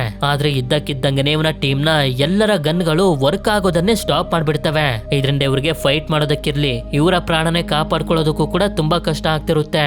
ಇದರಿಂದ ವಿಕ್ರಮ್ ನ ಟೀಮ್ ನಲ್ಲಿರುವಂತ ಒಬ್ಬ ವ್ಯಕ್ತಿ ಮಿಕ್ತವರನ್ನ ಕಾಪಾಡೋದಕ್ಕೆ ಬಾಂಬ್ ಗಳನ್ನ ತಗೊಂಡು ಹೋಗಿ ಆತಂಕವಾದಿಗಳ ಮೇಲೆ ಹಾಕಿ ಸಾಯಿಸ್ಬಿಡ್ತಾನೆ. ಇದರಿಂದ ವಿಕ್ರಮ್ ಟೀಮ್ ನವರು ಬಂದಿ ಮಾಡಿರುವಂತ ಜನರನ್ನ ಬಿಡಿಸ್ಕೊಂಡು ಕರ್ಕೊಂಡು ಹೋಗ್ತಾರೆ. ಆದ್ರೆ ನಂತರ ಎಲ್ಲರ ಮುಂದೆ ಹೇಳ್ತಾನೆ ನಾವು ಫೈಟ್ ಮಾಡ್ತಿರ್ಬೇಕಾದ್ರೆ ಇದ್ದಕ್ಕಿದ್ದಂಗೆನೆ ಗನ್ಗಳೆಲ್ಲ ವರ್ಕ್ ಆಗೋದನ್ನೇ ಸ್ಟಾಪ್ ಮಾಡ್ಬಿಟ್ಟು ನಮ್ಗಿಂತ ಮುಂಚೆ ಹೋದಂತ ಮಿಲಿಟರಿ ಟೀಮ್ ನವರ ಜೊತೆನೂ ಕೂಡ ಇದೇ ಆಗಿದ್ರಿಂದ ಅವರೆಲ್ಲರೂ ಸತ್ತೋದ್ರು. ಅದಕ್ಕೆ ಆ ಗನ್ಗಳನ್ನ ತಯಾರು ಮಾಡ್ತಿರುವಂತ ಕಂಪನಿಯ ವಿರುದ್ಧ ಆಕ್ಷನ್ ತಗೊಳ್ಬೇಕು ಅಂತ. ನಂತರ ನಮ್ಗೆ ಆ ಗನ್ಗಳ ಕಂಪನಿಯ ಓನರ್ ಆಗಿರುವಂತ ಕಾಳಿನ ತೋರಿಸ್ತಾರೆ. ಇವನ ಗನ್ಗಳು ವರ್ಕ್ ಆಗಿಲ್ಲ ಅಂತ ಮಿಲಿಟರಿ ಅವರು ಇವನನ್ನ ಬರೋದಕ್ಕೆ ಕೊಡೋದಕ್ಕೆ ಹೇಳಿರ್ತಾರೆ. ಅದಕ್ಕೆ ಇವನು ಹೇಳ್ತಿರ್ತಾನೆ, ನಾವು ಗನ್ಗಳನ್ನ ಕೊಟ್ಟಿರ್ಬೇಕಾದ್ರೆ ಅದ್ರ ಜೊತೆ ಒಂದಷ್ಟು ಪೇಪರ್ ಗಳನ್ನು ಕೂಡ ಕೊಟ್ಟಿದೀವಿ. ಅದರಲ್ಲಿ ಬರ್ದಿದೆ, ಗನ್ಗಳನ್ನ ಯುದ್ಧಕ್ಕೆ ತಗೊಂಡೋಗೋದಕ್ಕಿಂತ ಮುಂಚೆ 30 ದಿನಗಳ ಕಾಲ ಅದ್ರ ಜೊತೆ ಟ್ರೈನಿಂಗ್ ಮಾಡ್ಬೇಕು ಅಂತ. ಅದು ನಿಮ್ಗೆ ಓದೋದಕ್ಕೆ ಬರ್ಲಿಲ್ಲ ಅಂದ್ರೆ ನಾನೇನ್ ಮಾಡೋದಕ್ಕಾಗುತ್ತೆ ಅಂತ. ಆಗ ವಿಕ್ರಮ್, ನಾನಾ ಪೇಪರ್ ಗಳನ್ನ ಓದಿದೀನಿ ಅಂತ ಪೇಪರ್ ನಲ್ಲಿ ಬರ್ದಿರೋ ರೀತಿನೇ ಬುಲೆಟ್ ಅನ್ನ ಲೋಡ್ ಮಾಡ್ತಾನೆ. ಈಗ ಟ್ರಿಗರ್ ನಂಬ್ಕುದ್ರೆ ಬುಲೆಟ್ ಹೊರಗಡೆ ಬರ್ಬೇಕು ಅಲ್ವಾ ಅಂತ ಕಾಳಿ ಕಡೆಗೆ ಪಾಯಿಂಟ್ ಮಾಡಿ ಶೂಟ್ ಮಾಡ್ತಾನೆ. ಆದ್ರೆ ಎಷ್ಟೇ ಪ್ರಯತ್ನ ಪಟ್ರು ಬುಲೆಟ್ ಹೊರಗಡೆನೆ ಬರೋದಿಲ್ಲ. ನಾವು ಯುದ್ಧಕ್ಕೆ ಹೋಗೋದಕ್ಕೂ 30 ದಿನಗಳ ಮುಂಚೆಯಿಂದನೂ ಈ ಗನ್ನ ಜೊತೆ ಟ್ರೈನಿಂಗ್ ಮಾಡ್ತಿದ್ವಿ. ಮೊದ್ಮೊದ್ಲು ನಾರ್ಮಲ್ ಆಗಿತ್ತು, ಆದ್ರೆ ಸರಿಯಾದ ಸಮಯದಲ್ಲೇ ಕೈ ಕೊಡ್ತು ಅಂತ ಹೇಳಿ ಕಾಳಿ ಕಂಪನಿಯ ಗನ್ಗಳು ಮಿಲಿಟರಿ ಯೂಸ್ ಮಾಡೋದಕ್ಕೆ ಯೋಗ್ಯ ಅಲ್ಲ ಅಂತ ಪ್ರೂವ್ ಮಾಡ್ತಾನೆ. ಇದರಿಂದ ಮಿಲಿಟರಿಯವರು ಕೂಡ ಇವನ ಕಂಪನಿ ಜೊತೆ ಇದ್ದಂತ ಎಲ್ಲಾ ಕಾಂಟ್ರಾಕ್ಟ್ ಗಳನ್ನ ಕ್ಯಾನ್ಸಲ್ ಮಾಡ್ಬಿಡ್ತಾರೆ. ಇದಾದ್ಮೇಲೆ ವಿಕ್ರಮ್ ಮನೆಗೆ ಬರ್ತಾನೆ. ಇಲ್ಲಿ ಇವರಿಬ್ಬರ ಹತ್ರ ಒಂದು ಡಾಗ್ ಕೂಡ ಇರುತ್ತೆ. ಆದ್ರೆ ಸ್ವಲ್ಪ ಹೊತ್ತಿನ ನಂತರ ಏನೋ ಸೌಂಡ್ ಬಂತು ಅಂತ ನೋಡಿದ್ರೆ ಇವರ ಡಾಗ್ ಅನ್ನ ಯಾರೋ ಸಾಯಿಸ್ಬಿಟ್ಟಿದ್ದಾರೆ. ಆದ್ರಿಂದ ವಿಕ್ರಮ್ ಮನೆ ಹೊರಗಡೆ ಬರ್ತಾನೆ. ಯಾರೋ ಇವನಿಗೆ ಇಂಜೆಕ್ಷನ್ ಕೊಟ್ಬಿಡ್ತಾರೆ. ಅಷ್ಟೇ ಅಲ್ಲದೆ ಐಶ್ವರ್ಯ ಮೇಲೂ ಕೂಡ ಅಟ್ಯಾಕ್ ಮಾಡ್ತಿದ್ದಾರೆ. ಈ ರೀತಿ ಎಲ್ಲ ಮಾಡ್ತಿರೋದು ಕಾಳಿನೇ. ಕಾಳಿ ಜೊತೆ ಪೊಲೀಸರು ಕೂಡ ಸೇರ್ಕೊಬಿಟ್ಟಿದ್ದಾರೆ. ನಂತರ ಕಾಳಿ ವಿಕ್ರಮ್ನ ಕರ್ಕೊಂಡು ಹೊಟ್ಟೋಗ್ತಾನೆ. ಸ್ವಲ್ಪ ಹೊತ್ತಿನ ನಂತರ ಐಶ್ವರ್ಯಗೆ ಎಚ್ಚರ ಆದಾಗ ಇಲ್ಲಿರುವಂತ ಪೊಲೀಸ್ ಹೇಳ್ತಾ ಇರ್ತಾನೆ, ನಿನ್ ಗಂಡ ಒಬ್ಬ ದೇಶದ್ರೋಹಿ, ಬೇರೆ ದೇಶದವರ ಜೊತೆ ಸಂಬಂಧ ಇಟ್ಕೊಂಡಿದ್ದ ಅಂತ ನಾವು ಪ್ರೂವ್ ಮಾಡ್ತಿದೀವಿ. ನೀನು ಕೂಡ ಇದಕ್ಕೆ ಒಪ್ಕೊಂಡು ಸೈನ್ ಮಾಡು, ಇಲ್ಲಾಂದ್ರೆ ಸಾಯಿಸ್ಬಿಡ್ತೀನಿ ಅಂತ. ಆದ್ರೆ ಇವಳು ಮಾತ್ರ ಪೆನ್ ತಗೊಂಡು ಅವನಿಗೆ ಚುಚ್ಚಿ ಮಿಕ್ಕಿಬ್ರನ್ನ ಶೂಟ್ ಮಾಡಿ ಸಾಯಿಸ್ಬಿಡ್ತಾಳೆ. ಇದರಿಂದ ಇವಳನ್ನ ಅರೆಸ್ಟ್ ಮಾಡಿ ಜೈಲಿಗೆ ಹಾಕ್ತಾರೆ. ಆಗ ಒಂದು ದಿನ ಕಾಳಿ ಇವಳ ಹತ್ರ ಬಂದು ವಿಕ್ರಮ್ಗೆ ಏನಾಯ್ತು ಅಂತ ಹೇಳ್ತಾ ಹೋಗ್ತಾನೆ. ಕಾಳಿ ವಿಕ್ರಮ್ನ ಒಂದು ಪ್ಲೇನ್ ನಲ್ಲಿ ಮೇಲೆ ಕರ್ಕೊಂಡ್ ಬಂದು ನನ್ ವಿರುದ್ಧನೇ ಕೇಸ್ ಮಾಡೋಷ್ಟು ಧೈರ್ಯನ ನಿನ್ಗೆ ಅಂತ ಇವನಿಗೆ ತುಂಬಾ ಸಲ ಶೂಟ್ ಮಾಡ್ದ. ಅದಾದ್ಮೇಲೆ ಕೆಳಗಡೆ ತಳ್ಬಿಟ್ಟ. ಆ ರೀತಿ ಮೇಲಿಂದ ಬಿದ್ದಂತ ವಿಕ್ರಮ್ ನದಿ ಒಳಗಡೆ ಬಂದು ಬೀಳ್ತಾನೆ. ಅದು ಒಂದು ತಾಯಿ ಹಾಗೆ ಮಗುಗೆ ಗೊತ್ತಾಗಿ ಹಳ್ಳಿಗೆ ಕರ್ಕೊಂಡು ಹೋಗಿ ಟ್ರೀಟ್ಮೆಂಟ್ ಕೊಟ್ರು. ಅಂದ್ರೆ ಮೂವಿಯ ಮೊದಲಲ್ಲಿ ಫೈಟ್ ಮಾಡಿದ್ನಲ್ಲ, ಅವನು ಬೇರೆ ಯಾರು ಅಲ್ಲ, ವಿಕ್ರಮ್ ರಾಥೋರ್. ಮೇಲಿಂದ ಬಿದ್ದಿದ್ರಿಂದ ಅವನ ಮೆಮೊರಿ ಲಾಸ್ ಆಗೋಗಿರುತ್ತೆ. ಆದ್ರೆ ಅವನು ಬದುಕಿರುವಂತ ವಿಷಯ ಕಾಳಿಗೆ ಗೊತ್ತಿಲ್ಲ. ಅವನು ಸತ್ತೋಗಿದ್ದಾನೆ ಅಂತ ಅನ್ಕೊಂಡಿದ್ದಾನೆ. ಇಲ್ಲಿ ಇನ್ನೊಂದು ವಿಷಯ ಏನು ಅಂತಂದ್ರೆ, ಪೊಲೀಸರನ್ನ ಸಾಯಿಸಿರೋದ್ರಿಂದ ಐಶ್ವರ್ಯನ ನೇಣಿಗಾಗ್ತಿದ್ದಾರೆ, ಅಂದ್ರೆ ಮರಣ ದಂಡನೆ. ನಂತರ ಇವಳನ್ನ ನೇಣಿಗಾಗ್ತಿರ್ಬೇಕಾದ್ರೆ ಇವರಿಗೆ ಗೊತ್ತಾಗುತ್ತೆ ಇವಳು ಪ್ರೆಗ್ನೆಂಟ್ ಅಂತ. ರೂಲ್ಸ್ ನ ಪ್ರಕಾರ ಆ ಮಗು ಹುಟ್ಟಿ 5 ವರ್ಷದವರೆಗೂ ಇವಳನ್ನ ನೇಣಿಗಾಕ್ಬಾರ್ದು. ಇಲ್ಲೇ ನಮ್ಗೆ ಪ್ರೆಸೆಂಟ್ ನಲ್ಲಿ ಆಜಾದ್ನ ತಾಯಿ ರೀತಿ ನೋಡ್ಕೊಳ್ತಿರುವಂತ ಕಾವೇರಿನೂ ಕೂಡ ತೋರಿಸ್ತಾರೆ. ಐಶ್ವರ್ಯ ಪ್ರೆಗ್ನೆಂಟ್ ಅಂತ ಗೊತ್ತಾಗ್ತಿದ್ದಂಗೆನೆ ಈ ಜೈಲ್ ನಲ್ಲಿರುವಂತ ಹೆಂಗಸರೆಲ್ಲ ಇವಳನ್ನ ಎಕ್ಸ್ಟ್ರಾ ಕೇರ್ ಮಾಡ್ತಾ ಪ್ರೀತಿ ಕೊಡೋದಕ್ಕೆ ಶುರು ಮಾಡ್ತಾರೆ. ಹೀಗೆ ಇವಳನ್ನ ತುಂಬಾ ಪ್ರೀತಿಯಿಂದ ನೋಡ್ಕೊಳ್ತಾ ಸೀಮಂತನೂ ಕೂಡ ಮಾಡಿ ಮುಗಿಸ್ತಾರೆ. ಒಂದು ದಿನ ಇವಳಿಗೆ ಗಂಡು ಮಗು ಹುಟ್ಟುತ್ತೆ. ಈ ಮಗುಗೆ ಆಜಾದ್ ಅಂತ ಹೆಸರಿಡ್ತಾರೆ. ಆಜಾದ್ಗೂ ಕೂಡ ಅಷ್ಟೇ ಪ್ರೀತಿನ ಕೊಟ್ಟು ಎಲ್ಲರೂ ತಮ್ಮ ಮಗನ್ ರೀತಿನೇ ಇವನನ್ನ ಬೆಳೆಸೋದಕ್ಕೆ ಶುರು ಮಾಡ್ತಾರೆ. ಹೀಗೆ ನೋಡ್ತಾ ನೋಡ್ತಿದ್ದಂಗೆನೆ ಇವನಿಗೆ 5 ವರ್ಷನೂ ಕೂಡ ಆಗೋಗುತ್ತೆ. ಆದ್ರಿಂದ ಐಶ್ವರ್ಯ ಹೇಳ್ತಾ ಇರ್ತಾಳೆ, ನೀನು ದೊಡ್ಡವನಾದ್ಮೇಲೆ ನಿನ್ ತಂದೆ ಒಬ್ಬ ಮಹಾನ್ ವ್ಯಕ್ತಿ ಅಂತ ಎಲ್ಲರಿಗೂ ತಿಳಿಸ್ಬೇಕು. ಹಾಗೆ ಜೈಲ್ನಲ್ಲಿ ತಪ್ಪನ್ನ ಮಾಡದೆ ಶಿಕ್ಷಣ ಅನುಭವಿಸ್ತಿರೋಂತ ತುಂಬಾ ಜನರು ಇದ್ದಾರೆ. ಅವರೆಲ್ಲರಿಗೂ ನೀನು ನ್ಯಾಯನ ಕೊಡಿಸ್ಬೇಕು. ಇನ್ಮೇಲೆ ಇಲ್ಲೇ ಪೊಲೀಸ್ ಆಗಿರೋ ಕಾವೇರಿ ನಿನ್ನ ನೋಡ್ಕೊಳ್ತಾರೆ ಅಂತ ಹೇಳ್ತಾಳೆ. ಇದಾದ್ಮೇಲೆ ಇವಳನ್ನ ನೇಣಿಗೆ ಹಾಕ್ಬಿಡ್ತಾರೆ. ಪ್ರೆಸೆಂಟ್ ನಲ್ಲಿ ಕಥೆನೆಲ್ಲ ಕೇಳಿ ನರ್ಮದಾಗೂ ಕೂಡ ತುಂಬಾ ಬೇಜಾರಾಗುತ್ತೆ. ಇದೇ ಕಾರಣಕ್ಕೆ ಆಜಾದ್ ಅವನ ತಂದೆ ವಿಕ್ರಮ್ ರಾಥೋರ್ ಹೆಸರನ್ನ ಹೇಳ್ಕೊಂಡು ಒಳ್ಳೆ ಕೆಲಸಗಳನ್ನ ಮಾಡ್ತಿರೋದು. ಈ ಕಡೆ ಆಜಾದ್ಗೆ ಎಚ್ಚರ ಆದಾಗ ಟ್ರೈನ್ ನಲ್ಲಿ ಸಿಕ್ಕಿದ್ದಂತ ಅದೇ ಪೊಲೀಸ್ ಇರ್ತಾನೆ. ಮೂವಿಯ ಮೊದಲಲ್ಲಿ ವಿಕ್ರಮ್ ರಾಥೋರ್ಗೆ ಹೇಳಿದ್ನಲ್ಲ, ನಾನ್ ದೊಡ್ಡವನಾದ್ಮೇಲೆ ನೀವು ಯಾರು ಅಂತ ಕಂಡುಹಿಡಿತೀನಿ ಅಂತ. ಅದೇ ಹುಡ್ಗ ಇವನು ಟ್ರೈನ್ ನಲ್ಲಿ ಆಜಾದ್ ನನ್ನ ಹೆಸರು ವಿಕ್ರಮ್ ರಾಥೋರ್ ಅನ್ನೋದನ್ನ ಕೇಳಿಸ್ಕೊಂಡಿದ್ದ. ಅದಕ್ಕೆ ಆ ಹೆಸರನ್ನ ಹುಡುಕ್ತಾ ಹೋದಾಗ ವಿಕ್ರಮ್ ರಾಥೋರ್ ಒಬ್ಬ ಸೈನಿಕ. ಹಾಗೆ ಒಂದೊಂದು ಟೀಮ್ ಇತ್ತು ಅಂತಾನು ಕೂಡ ಗೊತ್ತಾಗುತ್ತೆ. ಆ ಟೀಮ್ ಅವರೆಲ್ಲಾನು ಹುಡುಕಿ ಒಂದು ಕಡೆ ಸೇರಿಸಿ ವಿಕ್ರಮ್ ರಾಥೋರ್ ಹತ್ರ ಕರ್ಕೊಂಡ್ ಬಂದು ಬಿಟ್ಟ. ಆದ್ರೆ ವಿಕ್ರಮ್ಗೆ ಇನ್ನೂ ಕೂಡ ಏನು ನೆನ್ಪೇ ಇಲ್ಲ. ಆದ್ರೆ ವಿಕ್ರಮ್ನ ಫ್ರೆಂಡ್ಸ್ ಗಳು ಅಂದ್ರೆ ಅವನ ಟೀಮ್ ನವರು ಹಾಗೆ ಆಜಾದ್ಗೆ ವಿಕ್ರಮ್ ಬದುಕಿದಾನಲ್ಲ ಅಂತ ತುಂಬಾನೇ ಸಂತೋಷ ಪಡ್ತಾರೆ. ಅಷ್ಟೇ ಅಲ್ಲದೆ ಇವರು ಇಲ್ಲೇ ನಿಂತ್ಕೊಂಡು ಜೈಲ್ನ ಒಳಗಡೆ ಏನೇನ್ ನಡೀತಿದೆ ಅಂತಾನು ಕೂಡ ನೋಡ್ತಿರ್ತಾರೆ. ಇದಾದ್ಮೇಲೆ ನರ್ಮದಾ ಹಾಗೆ ಆಜಾದ್ನ ಟೀಮ್ ಅವರನ್ನ ಇರಾನಿ ಕರ್ಸಿ, ನೀವು ಮಾತಾಡಿದ್ನೆಲ್ಲ ನಾನು ಕೇಳಿಸ್ಕೊಂಡೆ ಅಂತ ನರ್ಮದಾ ಹಾಕೊಂಡಿರುವಂತ ಮೈಕ್ ಅನ್ನ ತೋರಿಸ್ತಾನೆ. ಆಕ್ಚುಲಿ ಹೇಳ್ಬೇಕು ಅಂತಂದ್ರೆ ಇರಾನಿ ಕೂಡ ಕಾಳಿಗೋಸ್ಕರನೇ ಕೆಲಸ ಮಾಡ್ತಿರೋದು. ಕಾಳಿಗೆ ಇವನ ತಮ್ಮ ಸತ್ತೋಗಿರೋದ್ರಿಂದ ತುಂಬಾ ಕೋಪ ಇರುತ್ತೆ. ಅದಕ್ಕೆ ನರ್ಮದಾ ಮಗಳು ಸೂಜಿನ ಸಾಯಿಸ್ಬಿಡೋದಕ್ಕೆ ಹೇಳ್ತಾನೆ. ಇವನು ಕೂಡ ಸಾಯಿಸೋದಕ್ಕೆ ಅಂತ ಕಳಿಸ್ತಿರ್ತಾನೆ. ಈ ವಿಷಯ ವಿಕ್ರಮ್ಗೆ ಗೊತ್ತಾಗಿ ಮಗುನ ಕಾಪಾಡೋದಕ್ಕೆ ಹೋಗ್ತಾನೆ. ನಂತರ ಇರಾನಿ ನರ್ಮದಾಗೆ ಶೂಟ್ ಮಾಡ್ತಿರ್ಬೇಕಾದ್ರೆ ಲಕ್ಷ್ಮಿ ಕಾಪಾಡ್ತಿರ್ತಾಳೆ. ಈ ಕಡೆ ವಿಕ್ರಮ್ ಹೋಗ್ತಿರುವಂತ ಕಾರ್ಗಳನ್ನ ನಿಲ್ಸಿ ಕಾಳಿಯ ಜನರ ಜೊತೆ ಫೈಟ್ ಅನ್ನ ಮಾಡ್ತಾ ಕೊನೆಗೆ ಸೂಜಿನೂ ಕೂಡ ಕಾಪಾಡ್ತಾನೆ. ಅದೇ ರೀತಿ ಆಜಾದ್ ಹಾಗೆ ಜೈಲ್ ನಲ್ಲಿರುವಂತ ಲೇಡೀಸ್ ಗಳೆಲ್ಲ ಸೇರಿ ಇರಾನಿ ಹಾಗೆ ಅವನ ಕಡೆಯ ಜನರ ಜೊತೆ ಫೈಟ್ ಮಾಡಿ ಇವರೆಲ್ಲರಿಗೂ ಚೆನ್ನಾಗಿ ಹೊಡೆದಾಕ್ಬಿಡ್ತಾರೆ. ಆದ್ರೆ ಇನ್ನೊಂದ್ ಕಡೆ ನೋಡಿದ್ರೆ ನರ್ಮದನ ಕಾಪಾಡೋದಕ್ಕೆ ಹೋಗಿ ಲಕ್ಷ್ಮಿಗೆ ಬುಲೆಟ್ ಬಿದ್ಬಿಟ್ಟಿರುತ್ತೆ. ಇವರೆಲ್ಲರೂ ಸೇರಿ ಇವಳನ್ನ ಕಾಪಾಡೋದಕ್ಕೆ ತುಂಬಾನೇ ಪ್ರಯತ್ನ ಪಡ್ತಾರೆ. ಆದ್ರೆ ಸಾಧ್ಯ ಆಗೋದಿಲ್ಲ. ಇದೇ ನೋವಿನಲ್ಲಿ ಎಲ್ಲರೂ ಇರ್ಬೇಕಾದ್ರೆ ನರ್ಮದಾ ಇವರ ಟೀಮ್ ಅನ್ನ ಸೇರ್ಕೋತಾಳೆ. ಹೀಗೆ ಇವರೆಲ್ಲರಿಗೂ ಗೊತ್ತಿದೆ ಕಾಳಿ ಒಂದಷ್ಟು ಟ್ರಕ್ ಗಳಲ್ಲಿ ಪೊಲಿಟಿಷಿಯನ್ಸ್ ಗಳಿಗೆ ದುಡ್ಡನ್ನ ಕಳಿಸ್ತಿದ್ದಾನೆ ಅವನ ಫ್ಯಾಕ್ಟ್ರಿನ ಇಂಡಿಯಾದಲ್ಲಿ ಓಪನ್ ಮಾಡೋದಕ್ಕೆ ಅಂತ. ಅದಕ್ಕೆ ಆ ಟ್ರಕ್ ಗಳನ್ನ ತಮ್ಮ ವಶಕ್ಕೆ ತಗೊಳ್ಬೇಕು ಅಂತ ಇವರೆಲ್ಲರೂ ಡಿಸೈಡ್ ಮಾಡಿ ಅದಕ್ಕೆ ಆ ಟ್ರಕ್ ಗಳು ರೋಡ್ ನಲ್ಲಿ ಹೋಗ್ತಿರ್ಬೇಕಾದ್ರೆ ಅವುಗಳನ್ನ ಚೇಸ್ ಮಾಡ್ತಾ ಎಲ್ಲರ ಜೊತೆ ಫೈಟ್ ಮಾಡಿ ತುಂಬಾ ಕಷ್ಟಪಟ್ಟು ಆ ಟ್ರಕ್ ಗಳನ್ನೆಲ್ಲ ಇವರ ವಶಕ್ಕೆ ತಗೊಂಡು ಆಜಾದ್ ಅವನ ಟೀಮ್ ಅವರನ್ನ ಕರ್ಕೊಂಡು ಹೊಟ್ಟೋಗ್ತಾನೆ. ಆದ್ರೆ ವಿಕ್ರಮ್ ಹಾಗೆ ಅವನ ಟೀಮ್ ನವರು ಕಾಳಿ ಜನರ ಕೈಗೆ ಸಿಗಾಕೋಬಿಡ್ತಾರೆ. ಅದೇ ಸಮಯಕ್ಕೆ ಆಜಾದ್ ಟಿವಿಲಿ ಬರೋದಕ್ಕೆ ಶುರು ಮಾಡ್ತಾನೆ. ಆಜಾದ್ ಹೇಳ್ತಿರ್ತಾನೆ, ನಾನೀಗ ಮಹಿಳೆಯರ ಜೈಲ್ನಲ್ಲಿ ಇದ್ದೀನಿ, ನಂದು ಡಿಮ್ಯಾಂಡ್ ಗಳು ಇದಾವೆ, ಅದು ಪೂರ್ತಿ ಆಗಿಲ್ಲ ಅಂತಂದ್ರೆ ಈ ಜೈಲನ್ನ ಬ್ಲಾಸ್ಟ್ ಮಾಡ್ಬಿಡ್ತೀನಿ ಅಂತ. ಆಗ ಇದನ್ನ ಇನ್ವೆಸ್ಟಿಗೇಟ್ ಮಾಡೋದಕ್ಕೆ ನರ್ಮದಾ ರೀತಿನೇ ನೆಗೋಷಿಯೇಟರ್ ಆಗಿ ಮಾಧವನ್ ಅನ್ನೋ ಒಬ್ಬ ವ್ಯಕ್ತಿ ಬರ್ತಾನೆ. ಸ್ವಲ್ಪ ಸೋಲ್ಜರ್ಸ್ ಗಳು ಒಳಗಡೆ ಬಂದು ಆಜಾದ್ ನ ಹಿಡಿಯೋದಕ್ಕೆ ಪ್ರಯತ್ನ ಪಡ್ತಾರೆ. ಆದ್ರೆ ಇಲ್ಲಿರುವಂತ ಎಲ್ಲಾ ಲೇಡೀಸ್ ಹತ್ರನೂ ಕೂಡ ಗನ್ ಇರುತ್ತೆ. ಇವರನ್ನ ಹೆದರಿಸಿ ಕಳಿಸ್ಬಿಡ್ತಾರೆ. ನಂತರ ಆಜಾದ್ ಒಂದು ಡಾಕ್ಯುಮೆಂಟ್ ಅನ್ನ ಮಾಧವನ್ಗೆ ಕಳಿಸಿ ಆ ಡಾಕ್ಯುಮೆಂಟ್ ನಲ್ಲಿರುವಂತ ಎಲ್ಲಾ ಕೆಮಿಕಲ್ ಫ್ಯಾಕ್ಟರಿಗಳನ್ನ ಮುಚ್ಚಿಸಬೇಕು, ಇಲ್ಲಂತಂದ್ರೆ ಈ ಸಲ ಎಲೆಕ್ಷನ್ ನಡೆಯೋದಿಲ್ಲ ಅಂತ. ಎಲೆಕ್ಷನ್ ಗೆ ಬೇಕಾಗಿರುವಂತ ವೋಟಿಂಗ್ ಮಷಿನ್ ಗಳನ್ನ ತಗೊಂಡ್ ಬಂದು ಇಲ್ಲಿ ಇಟ್ಕೊಂಡಿರೋದನ್ನ ತೋರಿಸ್ತಾರೆ. ಇನ್ನ ಸ್ವಲ್ಪ ದಿನದಲ್ಲೇ ಎಲೆಕ್ಷನ್ ಇದೆ, ಎಲೆಕ್ಷನ್ ನಡೀಲಿಲ್ಲ ಅಂತಂದ್ರೆ ತುಂಬಾ ದೊಡ್ಡ ಪ್ರಾಬ್ಲಮ್ ಆಗೋಗುತ್ತೆ. ಅದಕ್ಕೆ ಗವರ್ನಮೆಂಟ್ ಅಫಿಷಿಯಲ್ಸ್ ಗಳೆಲ್ಲ ಸೇರಿ ಡಿಸ್ಕಸ್ ಮಾಡೋದಕ್ಕೆ ಶುರು ಮಾಡ್ತಾರೆ. ಒಬ್ರು ವ್ಯಕ್ತಿ ಹೇಳ್ತಿರ್ತಾರೆ, ಅವೆಲ್ಲ ಕೆಮಿಕಲ್ ಫ್ಯಾಕ್ಟರಿಗಳು, ಅವುಗಳಿಂದ ಜನರಿಗೆ ತುಂಬಾನೇ ಪ್ರಾಬ್ಲಮ್ ಆಗ್ತಿದೆ, ಅವುಗಳನ್ನ ಮುಚ್ಚೋದ್ರಿಂದ ಗವರ್ನಮೆಂಟ್ ಗಾಗ್ಲಿ ಜನರಿಗಾಗ್ಲಿ ಯಾವುದೇ ತರದ ಲಾಸ್ ಆಗೋದಿಲ್ಲ, ಅವರು ಒಳ್ಳೇದನ್ನೇ ಕೇಳ್ತಿದ್ದಾರೆ ಅಂತ. ಇದರಿಂದ ಸ್ವಲ್ಪ ಯೋಚನೆ ಮಾಡಿ ಹೆಡ್ ಆಫ್ ದ ಸ್ಟೇಟ್ ಕೂಡ ಆ ಎಲ್ಲಾ ಕೆಮಿಕಲ್ ಫ್ಯಾಕ್ಟರಿಗಳನ್ನ ಮುಚ್ಚಿಸೋದಕ್ಕೆ ಆರ್ಡರ್ ಕೊಡ್ತಾರೆ. ಆ ಫ್ಯಾಕ್ಟರಿಗಳು ಮುಚ್ಚಿದ್ರಿಂದ ಸುತ್ತಮುತ್ತ ಇರುವಂತ ಜನರೆಲ್ಲರೂ ತುಂಬಾ ಸಂತೋಷ ಪಡ್ತಾರೆ. ನಂತರ ಆಜಾದ್ ಇವನ ವೇಷನೆಲ್ಲ ತೆಗ್ದಾಕ್ತಾ ಹೇಳ್ತಾನೆ, ನನ್ನ ನಿಜವಾದ ಹೆಸರು ಆಜಾದ್ ಅಂತ. ವಿಕ್ರಮ್ ರಾಥೋರ್ ಅನ್ನೋದು ನನ್ನ ತಂದೆ ಹೆಸರು. ನನ್ನ ತಂದೆ ಒಬ್ರು ಸೈನಿಕರಾಗಿದ್ರು, ಈ ದೇಶಕ್ಕೋಸ್ಕರ ತುಂಬಾ ಸೇವೆಗಳನ್ನ ಮಾಡಿದ್ದಾರೆ. ಇನ್ನು ಈ ದೇಶದ ಕಡೆಗೆ ಬರೋದಾದ್ರೆ ಈ ದೇಶನ ಚೇಂಜ್ ಮಾಡೋದಕ್ಕೆ ಯಾವಾಗ್ಲೂ ನಾನೇ ಬರ್ಬೇಕು ಅಂತ ಇಲ್ಲ, ನೀವು ಹಾಕುವಂತ ವೋಟ್ ಇಂದನೇ ಎಲ್ಲಾನು ಡಿಸೈಡ್ ಆಗುತ್ತೆ. ವೋಟ್ ಕೇಳೋದಕ್ಕೆ ಬರೋರನ್ನ ನೀವು ಕೇಳಿ, ನಮ್ಗೋಸ್ಕರ ಮುಂದೆ ಏನ್ ಮಾಡ್ತೀರಾ, ಏನು ವೋಟ್ ಹಾಕ್ಬೇಕು ಅಂತ. ನಿಮ್ಗೆ ಅದು ಸರಿ ಅನ್ಸುದ್ರೆ ಮಾತ್ರ ವೋಟ್ ಹಾಕಿ ಅಂತ ಹೇಳ್ತಿರ್ತಾನೆ. ಅದೇ ಸಮಯಕ್ಕೆ ಕಾಳಿ ವಿಕ್ರಮ್ ಹಾಗೆ ಅವನ ಟೀಮ್ ಅವರನ್ನ ಕರ್ಕೊಂಡು ಇಲ್ಲಿಗೆ ಬರ್ತಾನೆ, ಎಲ್ಲರನ್ನೂ ಒಂದೇ ಕಡೆ ಸಾಯಿಸೋದಕ್ಕೆ ಅಂತ. ಆಜಾದ್ ಮತ್ತೆ ವಿಕ್ರಮ್ ಕಾಳಿ ಟೀಮ್ ನವರ ಜೊತೆ ತುಂಬಾ ಕಷ್ಟಪಟ್ಟು ಫೈಟ್ ಮಾಡ್ತಾರೆ. ಆದ್ರೆ ಅವನ ಟೀಮ್ ನವರು ತುಂಬಾನೇ ಸ್ಟ್ರಾಂಗ್ ಆಗಿರ್ತಾರೆ. ಇದರಿಂದ ಕಾಳಿ ಇವರಿಗೆ ಶೂಟ್ ಮಾಡೋದಕ್ಕೆ ನೋಡ್ತಾನೆ.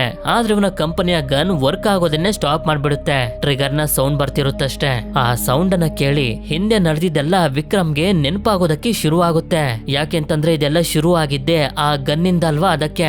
ಇದರಿಂದ ವಿಕ್ರಮ್ ತುಂಬಾ ಕೋಪ ಮಾಡ್ಕೊಂಡು ಕಾಳಿಯ ಹಾಗೆ ಅವನ ಜನರಿಗೆಲ್ಲರಿಗೂ ಚೆನ್ನಾಗಿ ಹೊಡೆದು ಕಾಳಿನ ನೇಣಿಗಾಕ್ಬಿಡ್ತಾನೆ ಕೂಡ. ಮುಂದಿನ ಸೀನ್ ಅಲ್ಲಿ ನಮ್ಗೆ ತೋರಿಸ್ತಾರೆ ಆಜಾದ್ ನ ಮುಖ ಈಗ ಎಲ್ಲರಿಗೂ ಗೊತ್ತಿರೋದ್ರಿಂದ ಆಜಾದ್, ಇವನ ಹೆಂಡತಿ, ಇವನ ಮಗು ಹಾಗೆ ಇವನ ಫ್ಯಾಮಿಲಿ ಅವರೆಲ್ಲ ಬೇರೆ ದೇಶಕ್ಕೆ ಬಂದು ಸೆಟಲ್ ಆಗಿರ್ತಾರೆ. ಅಷ್ಟೇ ಅಲ್ಲದೆ ಮತ್ತೊಂದು ವಿಷಯ ಏನು ಅಂತಂದ್ರೆ, ನಾವಾಗ್ಲೇ ನೋಡಿದ್ವಲ್ಲ ನೆಗೋಷಿಯೇಟರ್ ಮಾಧವನ್, ಅವನು ಕೂಡ ಆಜಾದ್ ನ ಟೀಮ್ ನವನೇ. ಆಗ್ಲೇ ಟ್ರಕ್ ನಲ್ಲಿ ಹೋಗ್ತಿದ್ದಂತ ಕಾಳಿಯ ದುಡ್ಡನ್ನ ಕದ್ರಲ್ಲ, ಆ ಎಲ್ಲಾ ದುಡ್ಡನ್ನ ಇಂಡಿಯಾದಲ್ಲಿರುವಂತ ಬಡ ಜನರಿಗೆ ಹಂಚ್ಬಿಟ್ಟಿರ್ತಾರೆ. ಮುಂದಿನ ಕೆಲ್ಸಕ್ಕೋಸ್ಕರ ಆದಷ್ಟು ಬೇಗ ರೆಡಿ ಆಗಿರಿ ಅಂತ ಮಾಧವನ್ ಹೇಳ್ತಾನೆ. ಅಂದ್ರೆ ಇವರೆಲ್ಲರೂ ಇನ್ನೂ ಕೂಡ ಬೇರೆ ಬೇರೆ ಕೆಲಸಗಳನ್ನ ಮಾಡ್ಬೇಕು ಅಂತ ಅನ್ಕೊಂಡಿದ್ದಾರೆ.